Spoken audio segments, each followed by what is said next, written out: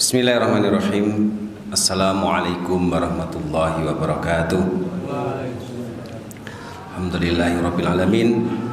Alhamdulillahilladzi an'amana bi ni'matil iman wal islam. Asyhadu an la ilaha illallah wahdahu la syarikalah wa asyhadu anna Muhammadan abduhu wa rasuluh. Allahumma shalli ala Muhammad wa ala ali Muhammad. Hadirin sekalian rahimatullah. Hidup manusia itu terbatas umurnya, pendek umurnya, tetapi keinginannya banyak. Ini sebenarnya seperti dalam definisi ilmu ekonomi, bahwa kita menghadapi situasi di mana sumber daya ekonomi itu sedikit, sementara keinginannya banyak. Maka kemudian kita perlu melakukan suatu optimasi. Bagaimana sesuatu yang sifatnya terbatas, sedikit, itu bisa kita gunakan untuk mencapai keinginan kita yang banyak. Dalam perusahaan ada dikenal istilah leverage, ya, pengungkit, di mana keterbatasan modal, sedikitnya modal itu dilakukan sebuah cara sedemikian rupa sehingga kemudian bisa memberikan revenue yang besar buat perusahaan. Dalam ajaran Islam, kesuksesan hidup kita itu diukur dari ketakwaan kita kepada Allah di dunia ini, dan kemudian nanti dimasukkannya kita ke dalam surga oleh Allah Subhanahu wa taala. Dan itu sebenarnya adalah sebuah rangkaian. Nah, maka dalam situasi keterbatasan itu, maka kita perlu melakukan upaya-upaya agar hidup kita optimal. Hidup kita tidak sekedar hidup, bahkan merugi. Karena Allah memberikan satu indikasi kepada kita bahwa kebanyakan manusia itu rugi dalam hidupnya. Wal 'asr innal insana lafi khusr. Rasulullah Shallallahu alaihi wasallam adalah contoh paling sempurna bahwa hidup beliau sangat optimal. Hidup beliau tidak panjang, hanya 61 tahun kalau menggunakan hitungan Masehi. Bapak-bapak yang ada di sini atau ibu-ibu yang ada di sana, banyak yang sudah dekat atau bahkan melebihi usia itu. Al-Imam di samping saya ini sudah melebihi itu. Dan bahkan kemudian kalau kita lihat, beliau menjadi muslim jauh lebih lama kita daripada beliau, bahkan daripada para mahasiswa baru yang ada di sini mungkin. Beliau menjadi seorang muslim pada saat usia 40 tahun dan sudah wafat pada usia 61 tahun. Berarti hanya 21 tahun menjadi muslim. Tetapi hidup beliau optimal, sehingga kemudian hidup beliau memberikan suatu hasil manfaat yang tentunya kita tidak bisa menghitungnya. Di dunia luar biasa, dan di akhirat tentu kita sudah tahu.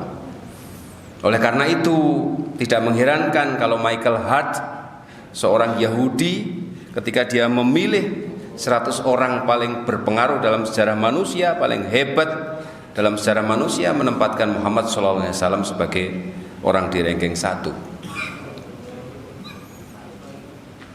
Nah, dalam Islam, konsep kehidupan yang sukses itu salah satunya digambarkan dalam sebuah istilah berkah. Berkah. Berkah itu secara bahasa memang bisa bermakna macam-macam.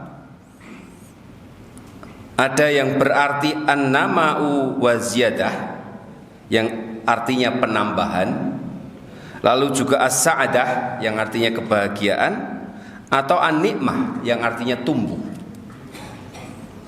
Al-Ghazali memberikan satu definisi berkah itu adalah az-ziyadatul khair, bertambahnya kebaikan. Jadi sesuatu itu dalam keterbatasannya dia menciptakan kebaikan yang bertambah-tambah. Maka hidup yang berkah itu boleh jadi umurnya sedikit, tapi manfaatnya besar. Sumber dayanya sedikit, tapi mampu menghasilkan outcome yang besar. Ya, ada banyak manusia yang umurnya panjang tapi tidak menghasilkan apa-apa. Kalau kita pikir kita di sini, ya boleh jadi menghasilkan hal yang berbeda-beda dalam kehidupannya. Walaupun umurnya boleh jadi sama atau bahkan ada yang lebih tinggi dan lain-lain. Banyak tokoh besar di dunia ini umurnya nggak panjang, tapi mereka mampu membuat sesuatu yang hebat di dunia. Nah tentunya hadirin sekalian, dengan konsep berkah maka ukuran tentang optimalitas hidup kita tentu tidak harus sama dengan orang-orang di luar. Misal pada usia sekian harus sudah punya kekayaan sekian, mencapai kedudukan di masyarakat seperti ini. Tidak begitu. Kita punya konsep sendiri yang kita sebut berkah. Ya, berkah. Yang secara sederhana, berkah itu adalah bertambahnya kebaikan-kebaikan. Jadi penampakan berkah di dunia adalah bertambahnya kebaikan-kebaikan kita di dunia ini. Dan di akhirat hidup yang berkah tentu akan berakhir di jannah. Secara spesifik Allah Subhanahu wa taala memberikan beberapa resep tentang menggapai berkah ini, ya. Jadi tentang menggapai berkah ini, bagaimana agar kita bisa menggapai berkah. Resep umumnya adalah berkah yang kita gapai ini adalah dilakukan dengan cara beriman dan bertakwa kepada Allah Subhanahu wa taala. Hanya itu syarat dasarnya. A'udzubillahi minasyaitonirrajim. Walau anna ahlal qura amanu wa taqau la fatahna 'alaihim barakatim minas sama'i wal ard.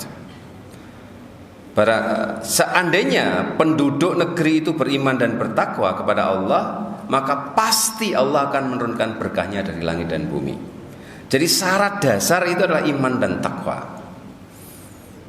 Iman adalah dasar kita dan tujuan kita dalam beramal. Dia adalah fondasi yang membentuk motivasi, niat mengapa kita beramal. Dia adalah panduan kita ketika kita melakukan amal, dan dia adalah tujuan kita ketika kita melakukan amal. Dan ketakwaan adalah kepatuhan kita terhadap perintah dan larangan Allah. Maka ketakwaan itu, iman dan takwa itu akan menghasilkan amal soleh. Nah, ada banyak sekali amal soleh, tapi ada amal-amal yang mampu memberikan leverage pada kehidupan kita, sehingga hidup kita yang boleh jadi pendek, yang secara umum umur umat Muhammad itu memang pendek, tetapi bisa memberikan hasil atau bisa mendapatkan hasil yang melebihi umur manusia yang lain. Salah satunya adalah bahwa kita harus memilih waktu-waktu, atau kita bukan memilih ya, lebih tepatnya oleh Allah diberikan waktu-waktu yang memungkinkan berkah itu muncul, yang memberikan daya ungkit besar pada amal-amal kita. Salah satu waktu yang berkah adalah yang insya Allah akan kita sambut dalam beberapa hari ke depan, yaitu bulan Ramadan. Kita semua sudah tahu bulan Ramadan adalah Syahrul Mubarak, di mana di dalam bulan Ramadan itu ada banyak amal-amal solih yang kita lakukan, itu oleh Allah akan diungkit, dilipat gandakan pahalanya, sehingga dengan modal yang sama atau dengan amal yang sama kita mendapatkan pahala yang jauh lebih besar. Sedikit ilustrasi, kita berpuasa yang boleh jadi itu kita lakukan juga di hari-hari di luar bulan Ramadan. Tapi Allah menjanjikan, man shoma ramadhana imanan wa ihtisaban ghufira lahu ma taqaddamat min dzambi. Barang siapa berpuasa karena iman dan hanya mengharapkan pahala dari Allah, ya, maka akan diampuni dosa-dosa yang telah lalu. Nah, ini pengungkit ini. Kita dengan puasa yang benar, imanan wa ihtisaban, dosa-dosa kita yang lalu diampuni. Demikian pula ada banyak sekali ibadah-ibadah sunnah yang oleh Allah pahalanya seperti wajib, dilipat gandakan. Maka bulan Ramadan yang akan datang ini mari kita gunakan seoptimal mungkin. Kita sudah melampaui, melewati, menjalani bulan Ramadan entah berapa kali. Tapi mungkin perlu kita evaluasi apakah Ramadan yang selama ini kita lakukan itu sungguhnya punya kualitas, sehingga kemudian kita berhasil mengungkit, meleverage amal-amal kita. Kemudian yang lain-lain banyak ya yang bisa menjadi leverage. Mungkin kita bisa memilih-milih waktu secara umum di luar bulan Ramadan. Juga ada waktu-waktu yang oleh Allah memberikan berkah-berkah yang lebih dibandingkan waktu yang lain. Tempat juga bisa. Kota Mekah, Madinah adalah kota yang diberkahi. Maka kita beramal di kota Makkah dan Madinah, haji misalnya, itu adalah ibadah yang bisa mengungkit amal-amal kita. Memilih profesi misalnya, nanti teman-teman mahasiswa ini akan punya profesi tertentu, atau bapak dan ibu di sini ada yang jadi dosen, ada yang jadi teknik. Profesi itu kalau bisa juga kita kaitkan dengan apakah profesi kita ini bisa meningkatkan kualitas hidup kita.